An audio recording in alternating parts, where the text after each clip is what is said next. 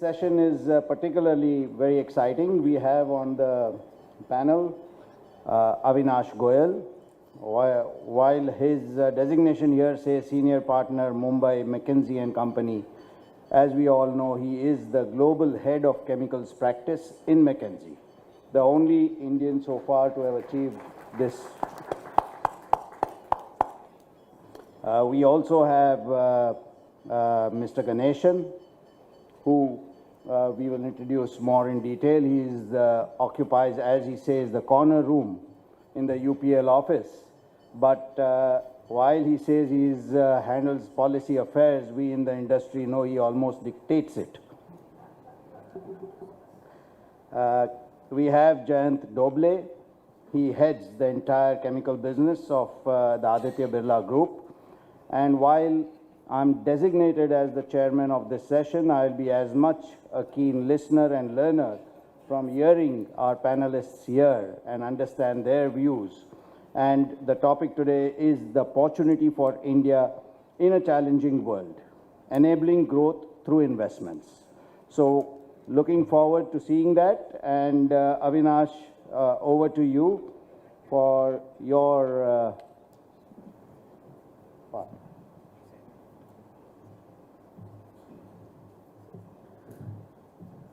Good afternoon, everyone. Thank you so much for the opportunity to speak today. I'm going to touch on some of the highlights from the white paper that we've put out today. The genesis of this was when with the ICC we were sitting and talking about, if we take a long view towards 2040 and plus, what is the scale and potential of the Indian chemical industry and what do we need to do to unlock it? Okay, so I'm going to touch on 4 things today. Number one is, are we the fastest growing global demand center for chemicals or not? And what does that mean in terms of opportunity? We did a bit of benchmarking on how competitive are we from a chemicals manufacturing perspective across a variety of areas with key geographies that we compete, including China, Germany, etc. And there are obviously some pluses and some challenges. I'll talk about that. What are some of the investable opportunities that we think could be interesting for people in the room? And then some implications and questions for you to reflect on. I think to start off, and you've probably seen us for years, start with this. I love starting with this because this basically talks about the amount of value creation that has happened by the Indian chemical industry and why it is such a hot space, not just India, globally. So if you look at this, this shows the growth or returns, total shareholder returns across India, North America, Europe, China, Japan, rest of the world across any time horizon. And we win in all time horizons. 10 years, 15 years, 20 years, 3 years. The value creation has been truly immense. I think only if you take the last 3 years, our growth has been close to China in terms of return. But if you take a long 11-year period, which is December 2011 to December 22, we're at 21% returns on an annual basis versus 8% in China, right? So the value creation has been tremendous, and you see that in the room. Now, underlying this value creation, what are the markets expecting? And markets are expecting us to deliver on strong growth with stable margins. And so what we looked at and said that if we take from 2021 to 2040, what could be the potential scale of the Indian chemical industry, and at least the way things look at this point. So total net deficit about $42 billion.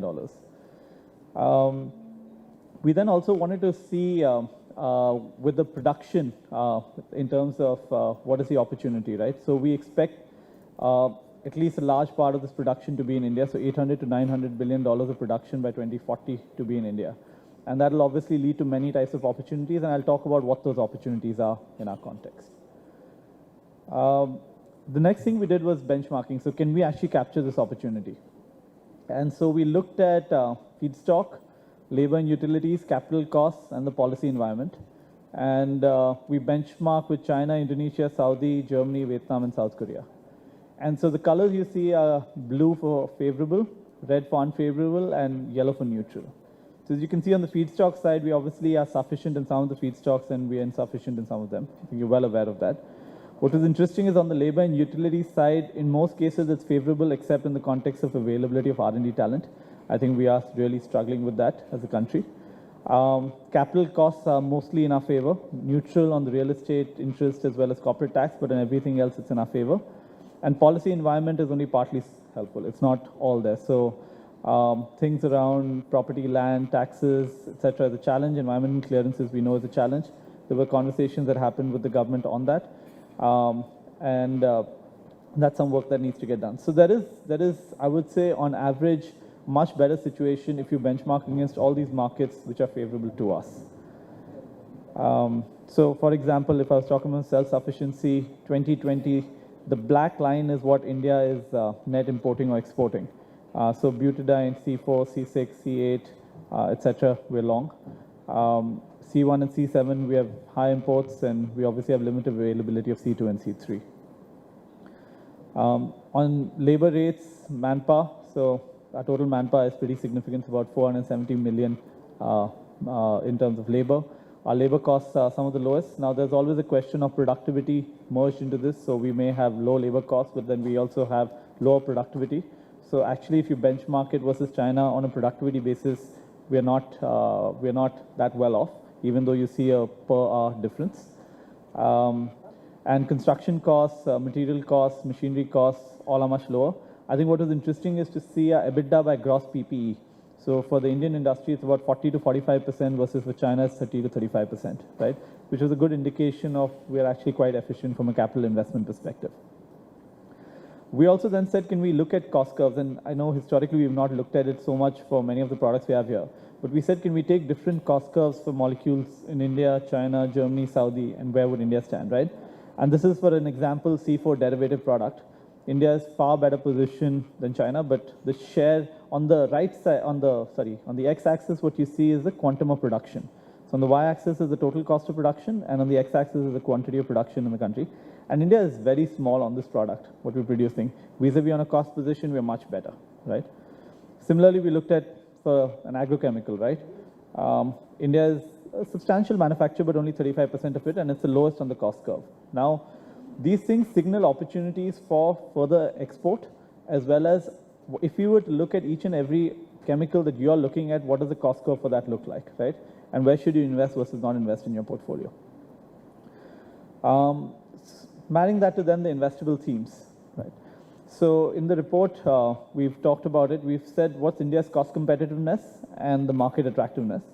The cost competitiveness we've looked at on a few dimensions. One is total imports by us, domestic feedstock availability, exports, the scope for technology or process innovation. We're very good at process innovation as a country, and capacity utilization as we see it today.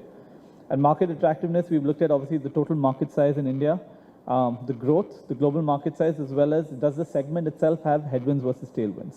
Yeah. What you'll see here over the next 3 pages is those opportunities in specialty chemicals, inorganic, and petchem. So if you take a specialty chemical view, you see the cost competitiveness on the y-axis and the market attractiveness on the x-axis. Everything you see in the gray is intrinsically attractive from a production perspective for India. And so we always talk about agrochemicals, dyes, pigments, etc. But things like food and feed additives, nutraceuticals, specialty polymers, biocides, adhesives, these are all very, very attractive from a India position itself. Similarly, if you look at the inorganic space, caustic is obviously good for us, sodium is good, carbon black, fluorine, we have many successful players here, calcium and silicon. Some of the other ones we're obviously not as well positioned, whether it's potassium, titanium. Phosphorus attractiveness is high, but obviously competitiveness is not given our feedstock availability on it. And then from a petrochemicals perspective, there's a lot of this detail in the report that's been published, but I just wanted to at least explain what's in it.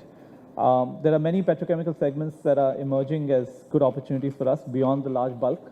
And obviously you see some of the obvious ones here like amines, PTA, etc. But then there's some new ones as well that you'll see on the page, like PA and stuff. As you put this together, and I'm sorry I'm going a little faster because we also lost half an hour in the thing. There are a few implications for Indian companies that this bring up, right? And some we always talk about, but some I feel now is the right time for us as an industry to debate. One is how do we build truly at-scale global organizations? And when I say global organizations, I mean global asset footprints, global go-to-market, and global talent in our organizations. I think we have done a lot in terms of growing our exports, but if you were to capture the opportunity that exists from what we showed, it's not going to be feasible unless we have a combination of a different go-to-market and asset footprint. I think the second is we've come very product forward. I think the mindset that the industry is starting to ask, and my colleague Chris touched upon, was adopting a customer-first mindset, which is if you come application back, customer need back, domain back, what would it mean? And so the notion of strengthening technical marketing, thinking of two in a box as you go out to customers, is a capability that we could do a lot more to build in the nation. I think there are clearly many new growth motors. I didn't touch on sustainability because Chris did, but in addition to sustainability, there are a bunch of segments that are very well positioned. The tailwinds are so strong in them that as long as you're present in them, you will see strong growth. We are heading in for tough times. I don't think tough times are abating. As Chris mentioned, we will see more and more disruptions. The number of disruptions a year are so significant that one of the things that we have started focusing on is the notion of resilience and ensuring that balance sheets are strong. The other part of resilience, and I was asked this, I was quite taken aback, I was asked by one of the global boards saying, I hear everything you're saying on India, I hear China +1, I hear everything you're saying. But when I think of India, I think of over hyperscaling, but not with the right safety measures in place. And that has led to many accidents. And so therefore, is India a safe destination for me to buy from, right? Right or wrong? That's the perception that is now carrying in many boards that we have conversations with. There is the new wave of functional excellence through digital. Every dollar matters right now because there are many shocks that hit you. Continue to look at that. And play sustainability on the offense. I think the defense levers you'll all look at, which is classic energy reduction, optimization, energy mix, solar, wind, etc. But can you use sustainability on the offense? Can you treat it as an antidote to commoditization? There's always a perception that the more commoditized specialty chemicals are coming towards us. Can we make them more sustainable and take them out? So these are some of the imperatives I'd love for you to reflect on. And with that, I'll close my session. Thank you.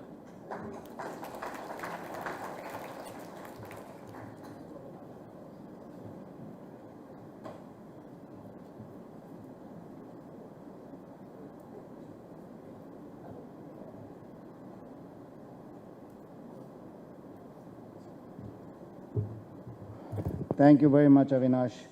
Your slides need a lot of more time.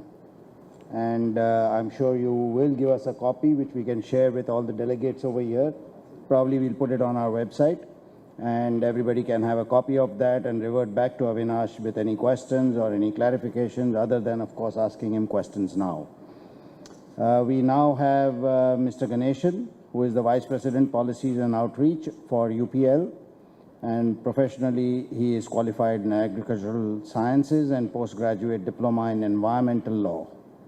He's associated with ICC in this capacity as the International Treaties Expert Committee Chair, and he has decades of experience in the field of agrochemicals and representing ICC in international chemical conventions, especially the Stockholm Convention and the Rotterdam Convention. Ganeshan regularly publishes papers and gives lectures on Indian agriculture and on matters connected to pesticides use. We look forward to hear Ganeshan for his presentation.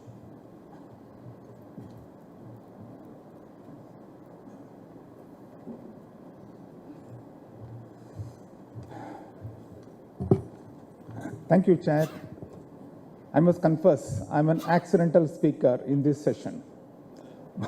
My Vice Chairman, Mrs. Sandra Shroff, she was to come and deliver her speech, but then she couldn't make it at the last moment in view of other development. And the Chair also said that normally, okay, you take, it's my want, it's my practice that I say certain things extempore. Morning, you could see right from from the Secretary's mind and others, we've all talked about the chemicals, the image of the chemicals. I'll tell you what our findings are. There is a positive correlation between the negative perception about chemicals and chemical consumption. If you look at the numbers, the world size of chemical industry was close to about, we have McKinsey person here, close to about $2,000 billion. Where do we stand now? According to UNEP, it is 5,400 billion. look at from where to where in about 20 years' time. The biggest and most significant growth ever achieved by chemical industry is now. And what is the forecast of UNEP about chemicals? I'm talking about UNEP, which normally do not say much good about chemicals. According to their own forecast, in fact, this conference is named as Outlook Conference. I would definitely like you to download the Global Chemical Outlook, which was last published in 2019. According to their forecast, this 5,400 billion would almost double by 2030. Look at the rapid growth they are forecasting. So the negative image, yes, but if you ask me, because I'm in the field of pesticides, if there is one field which is absolutely shunned by many, it's my field. But then we keep telling people, not only in my company, in the industry, that if you are not passionate about chemicals, if you are not passionate about selling chemicals or using chemicals, look for some other job. We are not in the business of killing people. We are not in the business of poisoning our food. And we make it very clear. If you look at the average life expectancy, when we got the independence, it was close to about 34 or something. What's our average life expectancy now? Well about 72. If the chemicals were killing, it should be ulta completely. So when you really look at the data, you know that, the trend is different from the popular perception. Okay, so with this preamble, and I thought I should begin her speech. I'll just read out her speech. And if the chair permits, maybe at the end, I can take some questions. And I also noted on something. In this building only, I think few years ago, there was again a chemicals convention. There was an young reporter from Economic Times who asked me the question, are not chemicals bad? This was her question, are not chemicals bad? My reply to her was that, before I could answer your question, can you tell me what are non-chemicals? She stood up, paused, and then smiled and sat down. So that conveys, what is a non-chemical? Forget it. Okay, so here I'm going to read before you the speech of my vice chairman who could not make it. I'll just read out verbatim. Welcome to all of you. I regret to have to miss the opportunity of being with you all for this event in view of another development. I take this opportunity to convey some of my thoughts on the subject of opportunities for Indian chemical industry in the volatile world. I repeat, it's going to be on opportunities for Indian chemical industries in the volatile world. For Indian chemical industry to spread its wings far and wide all over the global markets, the regulatory ecosystem in India concerning chemical production and trade must undergo a radical change. Currently, the regulators look at chemical industry with prejudice. That's a fact. Chemical plants, even if it's set up in designated industrial parks, are to undergo a plethora of environmental impact assessments, clearances requiring time and resources. If it takes a few months to set up a chemical factory abroad, it takes few years over here. Post-commissioning, the plant's emission norms for the industry further stifle the growth and expansion. And this is something I'm sure all of you will share, because it stifles completely. The zero liquid discharge concept thrust upon the chemical industry is cost-intensive, energy-intensive, carbon-intensive, and environment unfriendly. India has a vast coastal line, and this must be utilized for eco-friendly and cost-effective deep-sea discharge systems. If we were not cost competitive in production, how can we conquer the world? Our environment ministry must protect the environment, no doubt about it. At the same time, the industry, they should ensure that we have a robust industry in the country. When we purchased our first unit in the United Kingdom way back in 60s, the authorities over there, including those tasked with managing the pollution, sat with us, understood what we were doing, and worked out a plan for treating the effluents and advised us at every stage. A small landlocked country Switzerland, with a population of just 9 million people, export chemicals worth $144 billion a year. I repeat, 144 billion a year. India's chemical export is not even half of what Switzerland exports. At the global export of 2,770 billion, chemicals remain the largest exported commodity among manufactured goods according to WTO in 2021. India can and India must aim for at least 15% of this share in the short term. This is possible. After all, we have a large and young talented manpower, huge land area, and long coastal line in our country. We must use all this to our advantage to build a robust chemical industry that can serve the needs of domestic and global markets. Our company, UPL, had a humble beginning 50 years ago, manufacturing both for domestic and world markets. Today, we are present in over 138 countries, and we rank the 5th largest in global agrochemicals industry. The other day, someone observed that UPL has its presence in more countries than number of Indian embassies worldwide. Well, I take this as a great compliment to the humble beginning that we had 5 decades ago. Indian agrochemicals industry is a trade surplus industry, striving to make India Atmanirbhar, and in the process, it significantly contributes to India's food security. I just want to add 2 data in this. This year, our industry's estimate, that is agrochemical industry estimate, is about we should be doing an export of about 42,000 crores, and import will be close to about 17,000 crores, leaving a big trade surplus. On a small business, when you look at the world trade from India, it's small, but the trade surplus we generate, this segment generates, is much more than the trade surplus, if any, from jewels and gems export in India. I do not know whether how many of you, because this gets most talked about, but it's a trade deficient industry over there. Okay, we are aware that the agrochemical industry in the developed world often attempt to influence our regulatory policies to move in their favor. For example, there are constant campaigns in India to offer TRIPS plus concession in the bilateral negotiations. The generic agrochemical industry and generic farm industry in India are opposed to this, as this would adversely affect the generic industry in India. Personally, I would like to see more and more Indian chemical companies gaining market presence in every other country in the world. For this to become a reality, the regulators should become facilitators. Trust me, if this happens, nothing can stop India's global reach in the field of chemicals.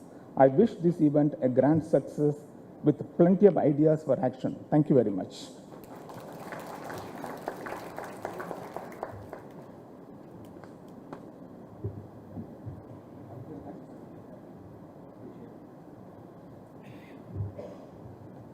So that was Mr. Ganeshan, who was voicing Sandra's message to all of us.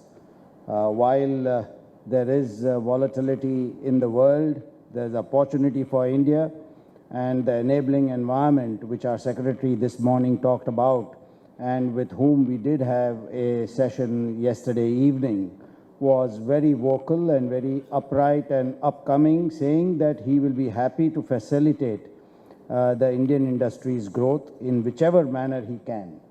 And I'm quite sure that in the chemical industry, we all see the opportunity. We are in a super cycle of capex, and the government, we haven't seen this kind of an interaction where they are genuinely wanting this $1 trillion chemical industry to happen. So thank you, Mr. Ganeshan. It's a pleasure now to invite Jayant Doble, who will talk to us on chemicals and capital markets, searching the way back to the winner's podium. Jayant is heading the business, and he's the CEO of the global chemicals business of and fashion, yarn and insulators, Aditya Birla Group, and has been with the group for the last 2 years. He is spearheading expansions in advanced and innovative chemistries, strengthening safety and driving business processes. Starting his career with a short stint in R&D product development, Mr. Doble has over 30 years of experience across multiple functions like P&L, strategy, M&A, projects and operations in the specialty materials, polymers, packaging and chemical industries with global companies including DSM and Amcor. He has a deep understanding of the Asia-Pacific markets after living in Shanghai, China for 10 years, followed by 8 years in Singapore. Mr. Doble is a Bachelor of Engineer in Polymer Technology from the University of Pune and has attended the executive leadership programs both at the Wharton School of Business and Duke, USA. He's a life member of the Indian Institute of Chemical Engineers, and he's an avid sailor other than his responsibilities at the Aditya Birla Group. So welcome, Mr. Doble. Thank you.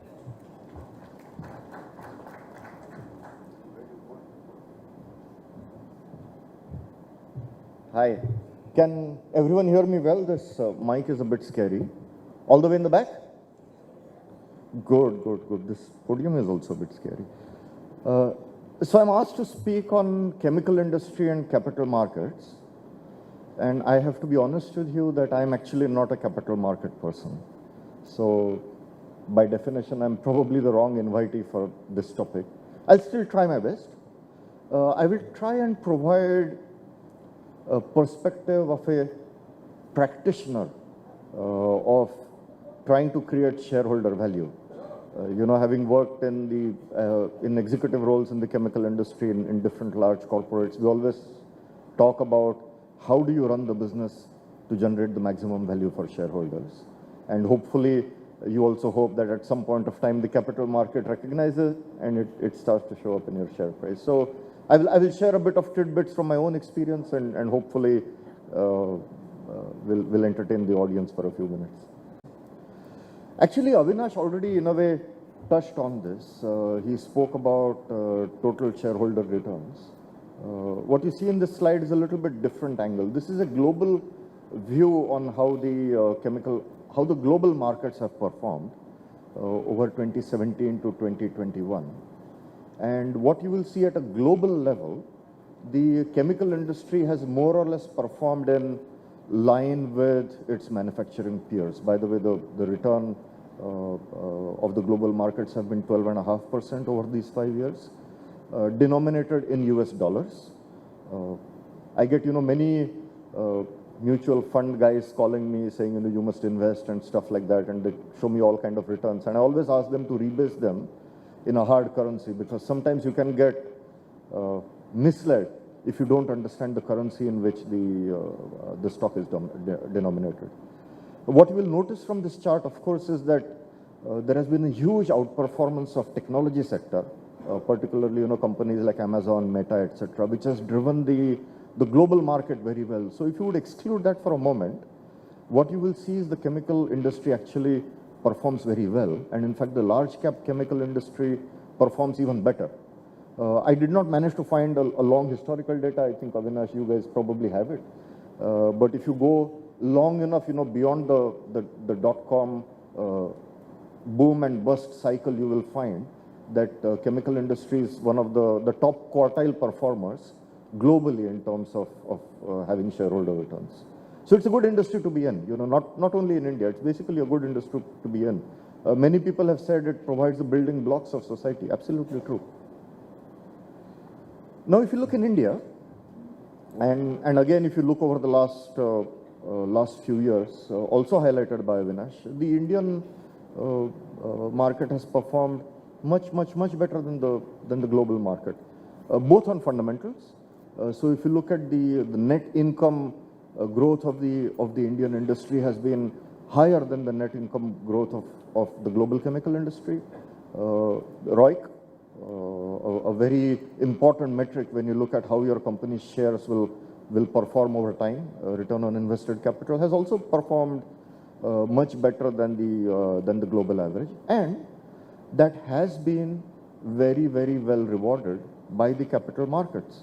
Whether you look at base chemicals, whether you look at diversified chemicals, whether you look at specialty chemicals, all the sectors, subsectors within the chemical industry have outperformed their global peers in India. So I think by and large a good story, right? Has probably created a decent amount of wealth for people in this room who either own stocks or stock options in these industries. What has been driving this, right? One, of course, is our own domestic demand. I think we are all aware of that. If you look at our middle class population in India, the share of middle class was about 14% in 2017. In 2005, it has grown to close to 30% right now.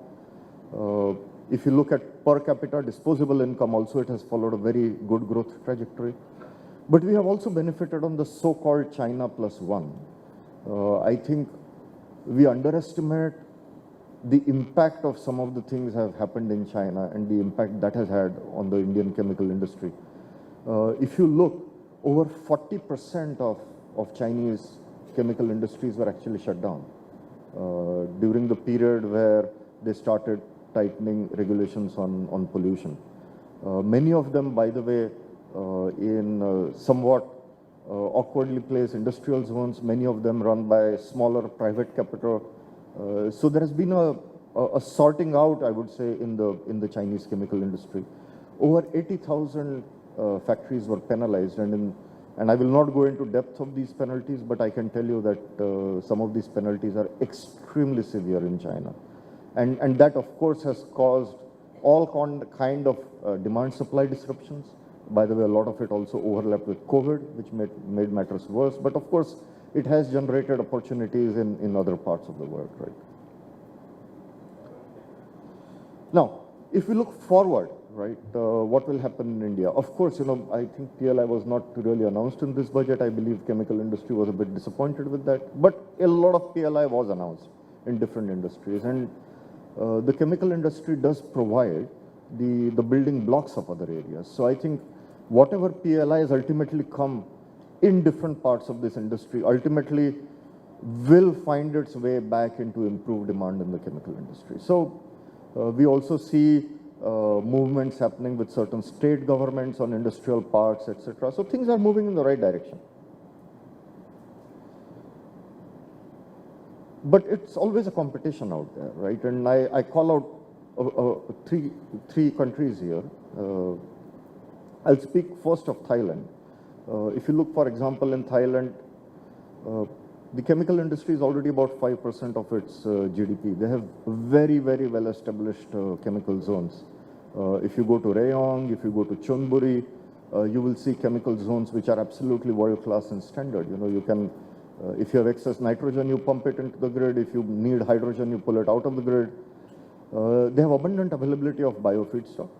By the way, India is also a large and growing agricultural economy. So if we play our cards well, there is no reason why also India would fall behind Thailand or other such countries. The other area that really is likely to benefit from China plus one is Vietnam. By the way, a lot of capital going into Vietnam is of Chinese origin. They have huge demand. They are putting a specific policy in place to localize their production. India, of course, has its own advantage. We have a much larger domestic market. We have a much more established industry. So again, if we keep our eye on the ball, the Indian chemical industry can compete. I'll talk a bit of Taiwan, and it's Taiwan, I think, as many of you must know, is very, very closely integrated with the Chinese economy, right? In fact, most large Taiwanese companies will also have large footprints on the mainland. Sales-wise, they are roughly the same size of India. They have very good chemical zones established in Linyuan, in Zhangling, in Kaohsiung, in many such areas. India is also trying to establish some industrial parks. I hope that moves quickly. But there is one more competition. And in fact, it's not on the slide, I was reading a couple of days back a LinkedIn post by Joe Kai, who's the chairman of McKinsey of Greater China, and he put out a very interesting LinkedIn post. It's in public domain. You guys can look at it. And he wrote that everybody in the world is asking which will be the next China. And one of the potential answers is that China is the next China. So if you look at the Chinese economy and its size, even if it grows at 2%, just 2%, within 10 years, it will add an incremental growth in GDP equivalent to India's GDP today. And by the way, 2% is a very low number for China. A more realistic number would be 3.5%. And even if you take that number, then the Chinese economy will add an equivalent of India plus Indonesia plus Japan in terms of absolute growth to their existing economy. So I think while we are all excited about China plus one and the opportunities it offers us, as good stewards of the industry, we have to be well aware that it's not a one-horse game, right? There is competition out there. So let's look a little bit on strategies in the chemical industry, and I'll take a couple of examples of how other global companies have maximized shareholder return. And I'll take a couple of examples. One of the examples will be DSM, by the way, a company I worked for a long time. The information I will show is in public domain, so I will not be disclosing any secrets. Another one I will talk about is Givaudan. So common themes that you see in total value creation, right? From a shareholder perspective, from a company perspective, is really what portfolio do you play in? How do you focus your portfolio, right? What's your winning game? How do you allocate capex? How transparent are you in your capex allocation strategy to external markets? How do you innovate? How do you protect IP? Do you run your operations in a lean and efficient way? And more, what is actually the sustainability of your product? Is it something that is going to stay relevant not only for the next 4 years, 5 years, but for the next decade and perhaps for more than a few decades, right? So I'll take the example of DSM. It's listed on the Amsterdam Stock Exchange. So the base currency is euro. So the TSR here of 17% is a euro-denominated TSR. Started its life as a coal company, actually, in the late 1800s. Forward integrated into coal chemicals, melamine, urea, etc. Over the last decade or so has divested a large part of their commodity portfolio, moved away from boom and bust cycles that typically go with the chemical industry, have run large cost-saving programs, by the way, some of it with McKinsey support, and have put in place a very, very clear capex allocation strategy, very well communicated to the market. And you will not believe this, 50% of variable pay, 50% of variable pay, up to the board level, up to the managing board level, is linked to sustainability targets. Now, as a result, EV/EBITDA ratios have gone up from a little bit around 10 to close to 15. PE ratios have shot up to 43. An excellent total shareholder return of 17% in euro, with much less seasonality and much less volatility. So a very stable shareholder return. By the way, in this company, a lot of shareholders were pension funds of different European companies, and that was also one of the things that was driving the choice of the product portfolio. Another example I can take here is Givaudan, a company that I know well, but I've never actually worked in. Again, information from public sources. They launched their first IPO actually in 2000. Now, what you see here is a company that has a very unique position, right? It's about scent, taste, influence, mouthfeel. And the products that they make are so inherent to the properties of the end formulations that their customers make. It's very, very, very difficult to replace them. And what they really did was, they did very well, firstly in their integration of Quest International. Between 2014 to 2021, actually did 19 acquisitions. They had over 40% of their sales in high growth markets, 4,000 patents, 7.3% R&D over sales. Can you imagine 7.3% R&D over sales? And of course, they were able to translate that into some very good product pipeline with their customers. As a result, they were able to return close to 2 billion Swiss franc, this is listed in Switzerland, to shareholders during 2016 to 2019.